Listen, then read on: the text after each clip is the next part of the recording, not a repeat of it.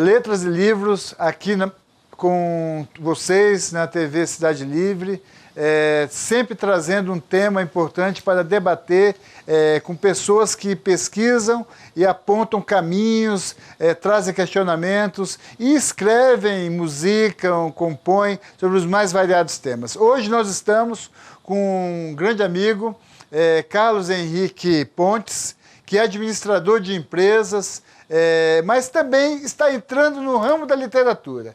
Como ele disse, ou seja, demorou, mas ele está produzindo o seu primeiro livro. O Carlos, ele é carioca, mas vive em Brasília há 14 anos. Seja bem-vindo à TV, Carlos. Muito obrigado pelo convite, pela presença. Você está escrevendo o seu primeiro livro? Perfeitamente.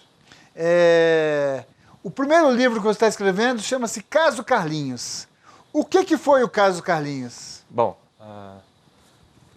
essa aqui é a foto de Carlinhos quando criança, aos 10 anos de idade, quando ele desaparece no Rio de Janeiro em 2 de agosto de 1973. Torna-se o maior e mais famoso caso de sequestro, infelizmente, na história do Brasil. Ele é sequestrado em casa, no dia de semana à noite, e nunca deu notícia, nunca se soube o que de fato aconteceu. E o meu livro faz uma espécie de um resgate dessa história. Nós temos, pasme, 40 mil crianças que desaparecem todos os anos no Brasil, sem que tenhamos dados estatísticos oficiais e seguros de poder reverter essa triste realidade.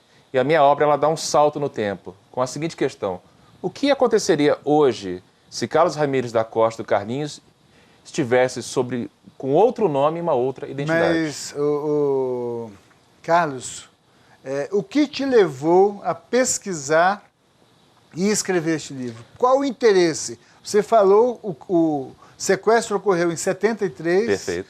Tem 42 anos. 42 anos. Deve ser a sua idade, aproximadamente. Eu tenho 40. Era o período da ditadura.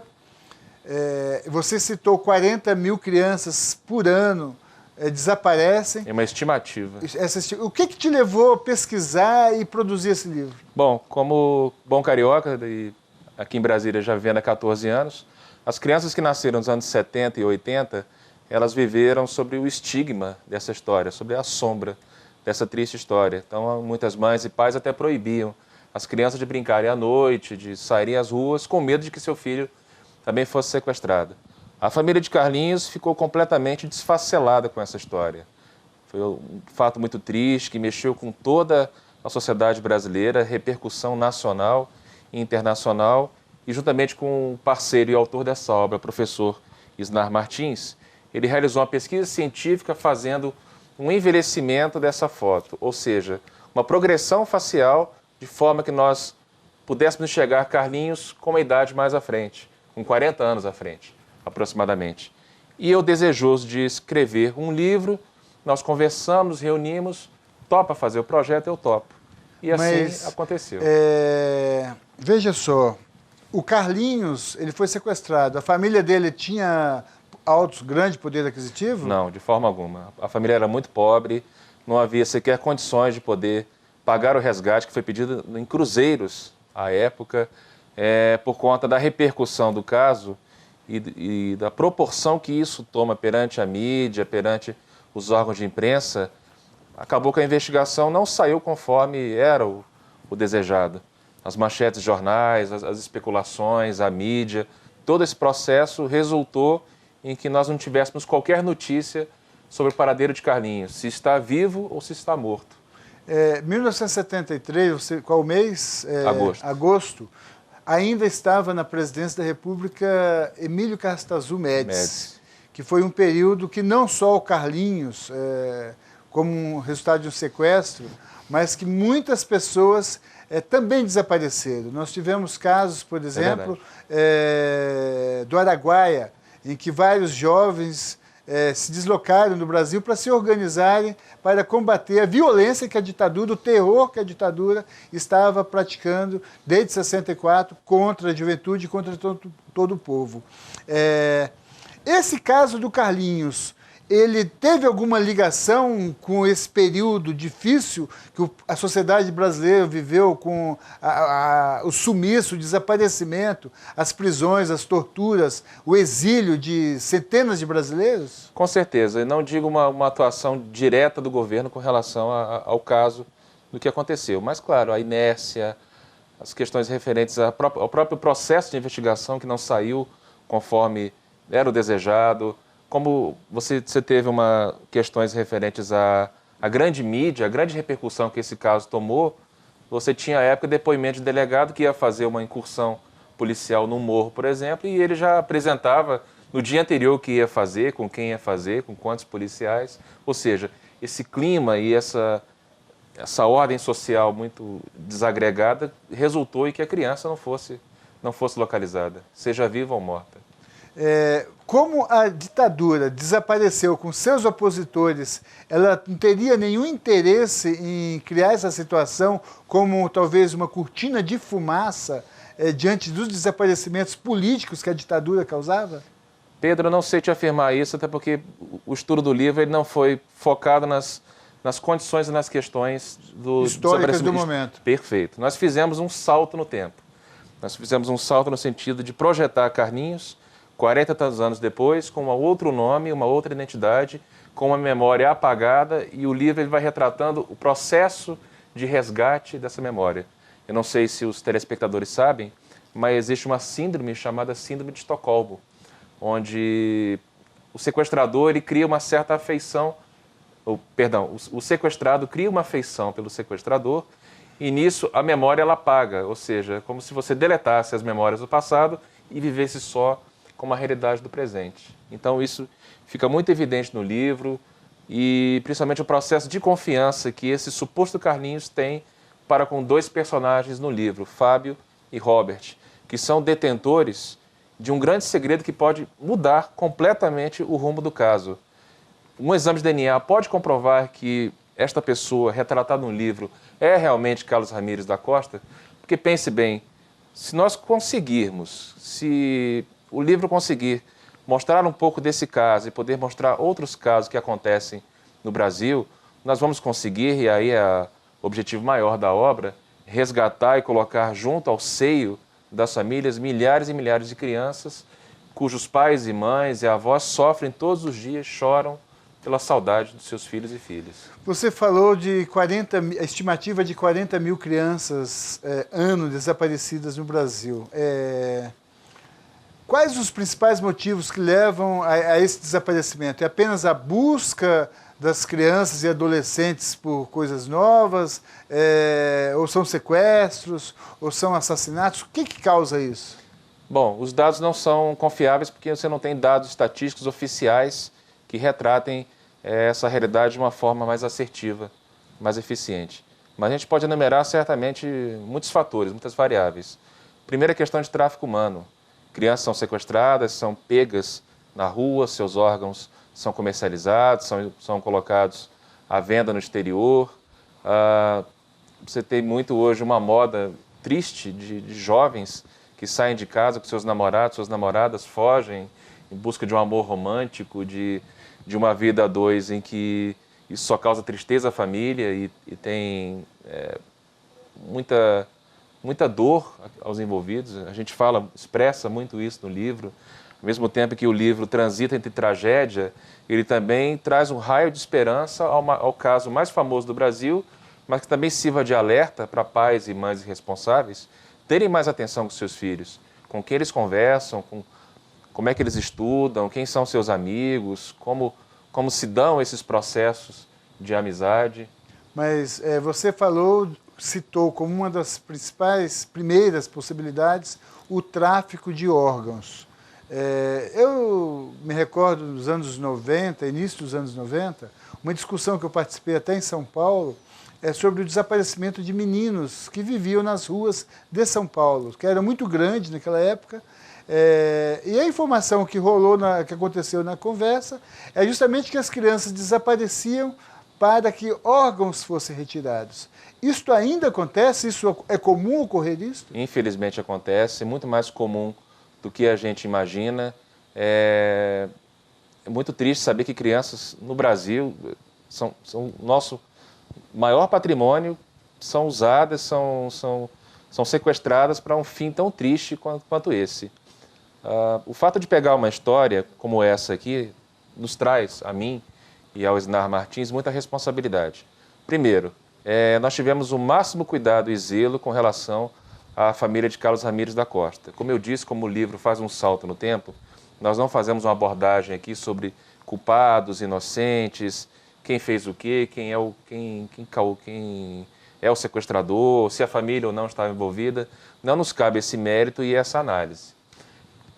Fizemos esse salto no tempo para retratar Carlinhos, vivendo com uma outra família, com uma outra identidade, com outro nome, e surge um momento no livro em que ele começa a se recordar de toda a vida passada que ele teve. Ou seja, ele começa a superar o trauma de sequestro, e aí chegamos ao clímax do livro para entender, será que o personagem aqui retratado pode ou não ser Carlos Ramírez da Costa?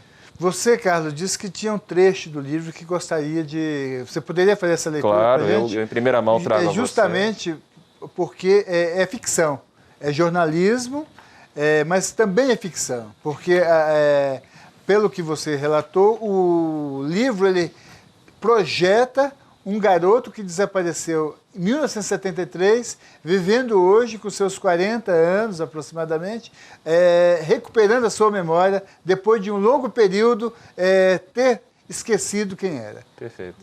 Faça-nos a leitura. Bom, uma parte da obra, Carlinhos tem um convívio com Fábio e Robert, dois personagens que transitam pelo livro, e num dado momento o suposto Carlinhos pergunta: se você descobrisse que Carlinhos está vivo, o que faria? Aí o personagem Fábio responde: caro amigo, realmente sua pergunta me pegou de surpresa. Jamais pensei em receber tão boa notícia. Sempre pensei durante todos esses anos na Dona Maria da Conceição Ramírez, mãe do Carlinhos, sua família e toda uma dor que só um coração genitora sabe sentir. Ficava imaginando minha mãe numa situação terrível dessas. Como seria para ela? Só Deus acessa um coração assim com essa dor. Mas, respondendo à sua pergunta, penso aqui no exercício de simples e reles imaginação que, primeiro, uma excelente notícia como essa merece todo o cuidado. Afinal de contas, já são muitas décadas sem que saibamos seu paradeiro.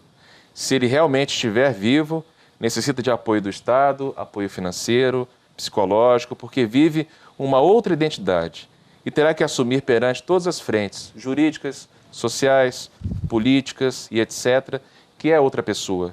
Parece simples, mas é algo extremamente complexo, um nó sem igual. Não é algo fácil assim ter esse homem, já na faixa dos seus 50 anos, uma meia-idade, que receber todo o suporte. E quando falo suporte, é em todos os sentidos. Administrativo, jurídico, financeiro, social, familiar. Sinceramente, não conheço nenhum caso semelhante. Além disso, certamente a outra família envolvida, ou seja, a família que o criou, laços emocionais, uma criação que recebeu no Brasil, quem sabe no exterior, alguém o criou, um grupo, mendigos, sei lá. Perfeito. Um menino desse, com todo o respeito, não se criou sozinho. Ou deveríamos minimamente pensar que Carlinhos volta após tantos anos, sem que nada seja explicado à sociedade, ele bate a porta, enfim. Só uma parte final aqui, só para deixar essa coisa instigante a quem está lendo. Toda história como essa suscita vaidades e egos nos corações e mentes, ainda que adormecidos, sem contar os traumas que um ser humano traz pela bagagem dos acontecimentos que os processos da vida nos proporcionam. E para quando está previsto o lançamento, Carlos? Bom, nós vamos trabalhar com financiamento coletivo para essa obra. Nós temos um mercado editorial em que ele é muito restrito, ele é muito fechado a novos autores. Eu tentei durante algum tempo contato com essas editoras, bati a porta todas elas, e até que tive um contato com a Bookstart, que é uma empresa que trabalha com financiamento coletivo, tem uma plataforma online que é brasileira e trabalha 100% com literatura. Então, como é que funciona o processo? Você cadastra o seu projeto do seu livro, sua obra na Bookstart, preenche todos os dados, nome, endereço, identidade, coloca a proposta do seu livro, ela é submetida à administração da Bookstart, que pode decidir ou não apoiar a obra. E apoiar em que sentido? Trabalhar a questão de marketing, as redes sociais, Twitter, Facebook, Instagram, de forma que o processo fica democrático, é uma solução de baixo risco financeiro, traz versatilidade, flexibilidade, porque a campanha fica no ar 24 horas por dia, 7 dias por semana. O caso Carlinhos, ele está em processo de captação de recursos para a sua publicação. Perfeito, ele entrará através do Bookstart. Bookstart. Então, o Bookstart, você falou mercado de financiamento coletivo. Perfeito. Como é que funciona o mercado de financiamento coletivo? Bom, você tem alguns artistas hoje que têm trabalhado já nesse viés. O Lobão, a Leila Pinheiro, temos agora o Marcos Breira também pela Bookstart, o Luiz Carlos Miele, grande compositor, humorista, showman, coloca as suas obras, existe um processo de co-criação, ou seja, o autor se relaciona com o seu público, trabalhando a questão da obra, o que pode ser modificado ou não, quais são as variáveis que envolvem a história, ou seja, há um envolvimento e há uma interação que é muito interessante. Então, o projeto será lançado na semana que vem. Vamos agora acertando detalhes finais de orçamento, a própria parte gráfica do projeto. E, se Deus quiser, será um grande sucesso. Mas é voltado para literatura, música, teatro, artes em geral, ou para qualquer campo da ciência ou da literatura? No caso da Bookstart, ela trabalha 100% com literatura. Ficção, autoajuda, biografia. Qualquer gênero. Esotérico, jornalismo, biografia, já falei. Você tem várias E qualquer várias pessoa áreas, pode participar? Pode. Você cadastra o projeto. Se ele for aprovado pelo Conselho da Bookstart, inicia-se a fase de captação de recursos, definição do projeto, do seu formato, qual será o seu escopo, qual é o teto financeiro que será colocado, e as pessoas vão apoiar o projeto pela própria plataforma. De forma que fica uma coisa, Pedro, no sistema muito de 880. Se nós tivermos êxito na obra, todo mundo recebe o seu livro, ou recebe o seu e-book, participa com recompensas, com uma política que vai ser criada para esse projeto. Se caso não acontecer a arrecadação que vai ser estimada já nos próximos dias, todo o dinheiro é devolvido aos apoiadores. Então é um processo muito transparente, muito democrático, e isso também que nos atraiu para firmarmos essa parceria. Você, antes a gente conversando, informou que essa experiência de financiamentos coletivos e para publicações, ela ocorre de uma maneira já há bastante tempo na Europa. Lá já tem há muito tempo, quem já publicou, como é que o mercado o livro é somente e-book ou também impresso? Como é que é isso? Nós temos também e-book, impresso, nós temos autores que gravam seus CDs, seus DVDs, músicos, compositores, de forma que você já tem, por exemplo, no caso de um músico, você já tem fãs que já são fiéis à sua obra, gostam do que você compõe, do que você faz, do que canta, se expressa, enfim. Se você coloca isso para o seu público, por uma plataforma que permite fazer essa intermediação, é sucesso garantido. E na Europa já existe há muitos anos? Já existe há um bom tempo, e nos Estados Unidos também. Isso ainda é muito novo no mercado brasileiro. Como eu falei, o número de autores e escritores, ele é muito mais alto, claro, do que o número de editoras. Então, esse descompasso com relação a você publicar novas obras e trazer histórias boas do nosso país, em termos da cultura, economia, sociologia política, a Bookstart veio para poder realmente quebrar esses paradigmas. Onde ela está sediada? Onde fica o conselho? Quem compõe o conselho da Bookstart? A Bookstart fica no Rio de Janeiro.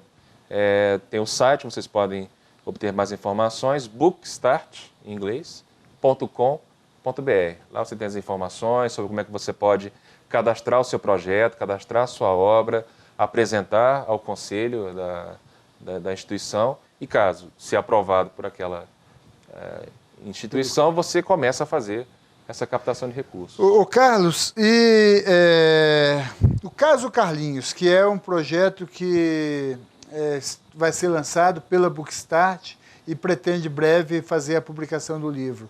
Qual a duração entre o momento que você apresentou o projeto na Bookstart e o lançamento físico com a distribuição do material pelas livrarias? Qual a duração em tese ou previsível para que ocorra entre a apresentação do projeto e o lançamento do livro, propriamente dito? Então, vamos traçar rapidamente a linha do tempo, né? A gente apresenta o projeto à Bookstart, ela faz a análise editorial, vê se aquele projeto tem uma viabilidade, claro, comercial, isso também é analisado. E no momento que a campanha é lançada no site, o prazo é de 60 dias, improrrogáveis, para que em 60 dias saibamos se esse livro sairá ou não. Se cumprida a etapa, são metas muito claras, muito transparentes. Quem apoia o projeto sabe, verificando no site, quanto que foi arrecadado e qual a meta ainda a cumprir. Se feito isso, claro, a instituição fica com esse recurso já arrecadado, contata-se uma editora, creio que num prazo de 2, 3 meses após, máximo, até o fim da campanha, você tem esse livro já nas livrarias e então são 2 virtuais. meses de captação de recursos. De captação de recursos. Conseguindo esses recursos, vamos colocar mais 2 meses aproximadamente para o lançamento do livro propriamente dito. Perfeito. Não posso afirmar esse prazo pela Bookstart, deixo isso claro. Mas imagino que seja um prazo aproximadamente assim. Porque eu tenho também uma distribuição em que ela é virtual. Você sabe que hoje a gente não lê só o livro físico, né? O livro tradicional, nós temos e-books, nós temos os próprios livros virtuais que vieram com força total. Você lê o livro no telefone. E o orçamento para a publicação do Caso Carlinhos? Você fez esse processo?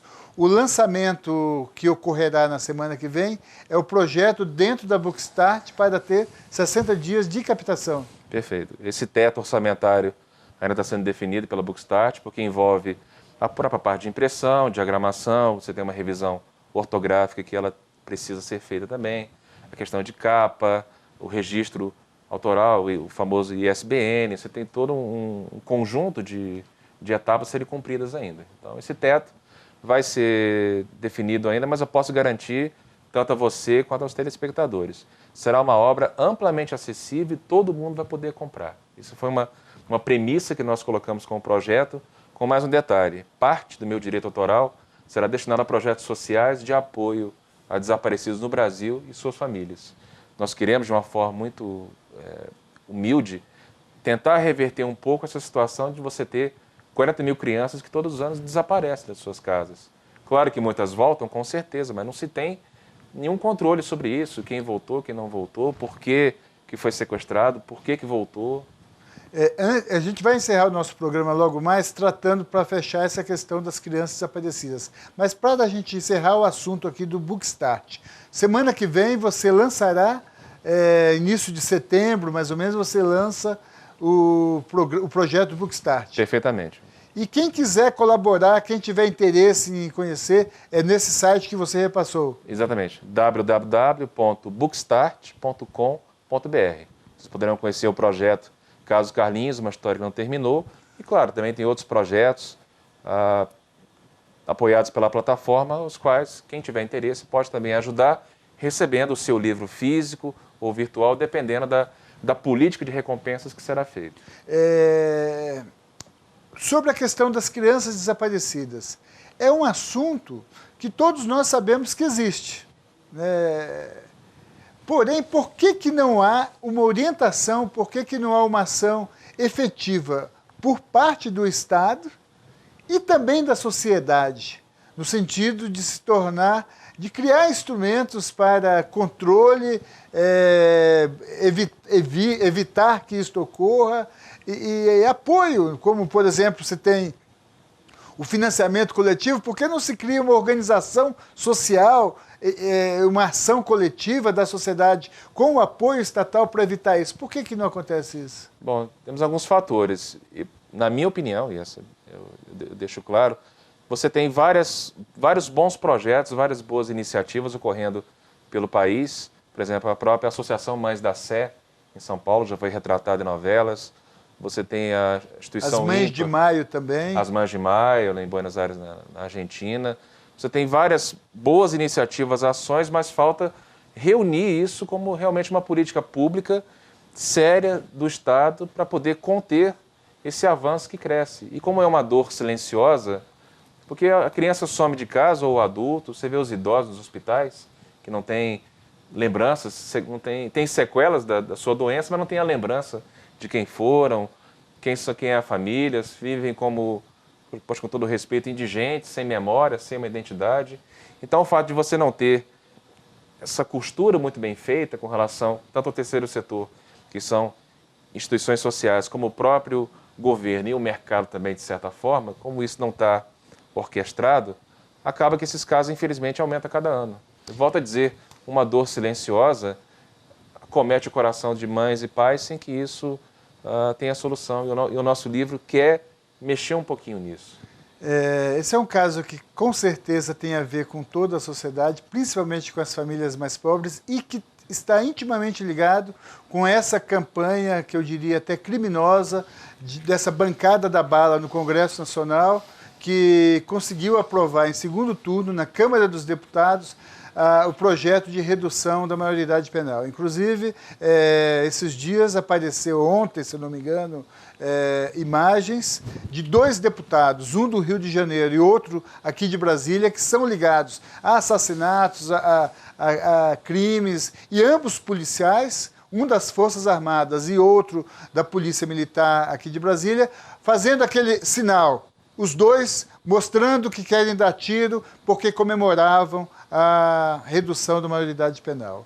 Então, esse tema tem muito a ver. Então, a gente fica na torcida para que o caso Carlinhos, o livro, seja publicado e que contribua para que novas crianças sumam, desapareçam e que pressione também as autoridades, que no lugar de ficar querendo criminalizar, como um outro deputado aqui de Brasília que disse que haverá um momento em que terá condições de identificar se o feto tem tendências criminosas, então poderá provocar o aborto. Então, o teu livro, com certeza, ele vai contribuir para entender a importância de preservar a vida, de cuidar das crianças, de cuidar das nossas crianças. A gente deseja sucesso a você, Carlos. Muito obrigado. E a gente agradece a todos os nossos telespectadores, a TV Cidade Livre, o canal Comunitário de Brasília, sempre na sua ação, no seu combate em defesa da vida, em defesa da justiça social e contra esse neoliberalismo que de todas as formas tenta criminalizar a vida e a justiça. Continuem conosco.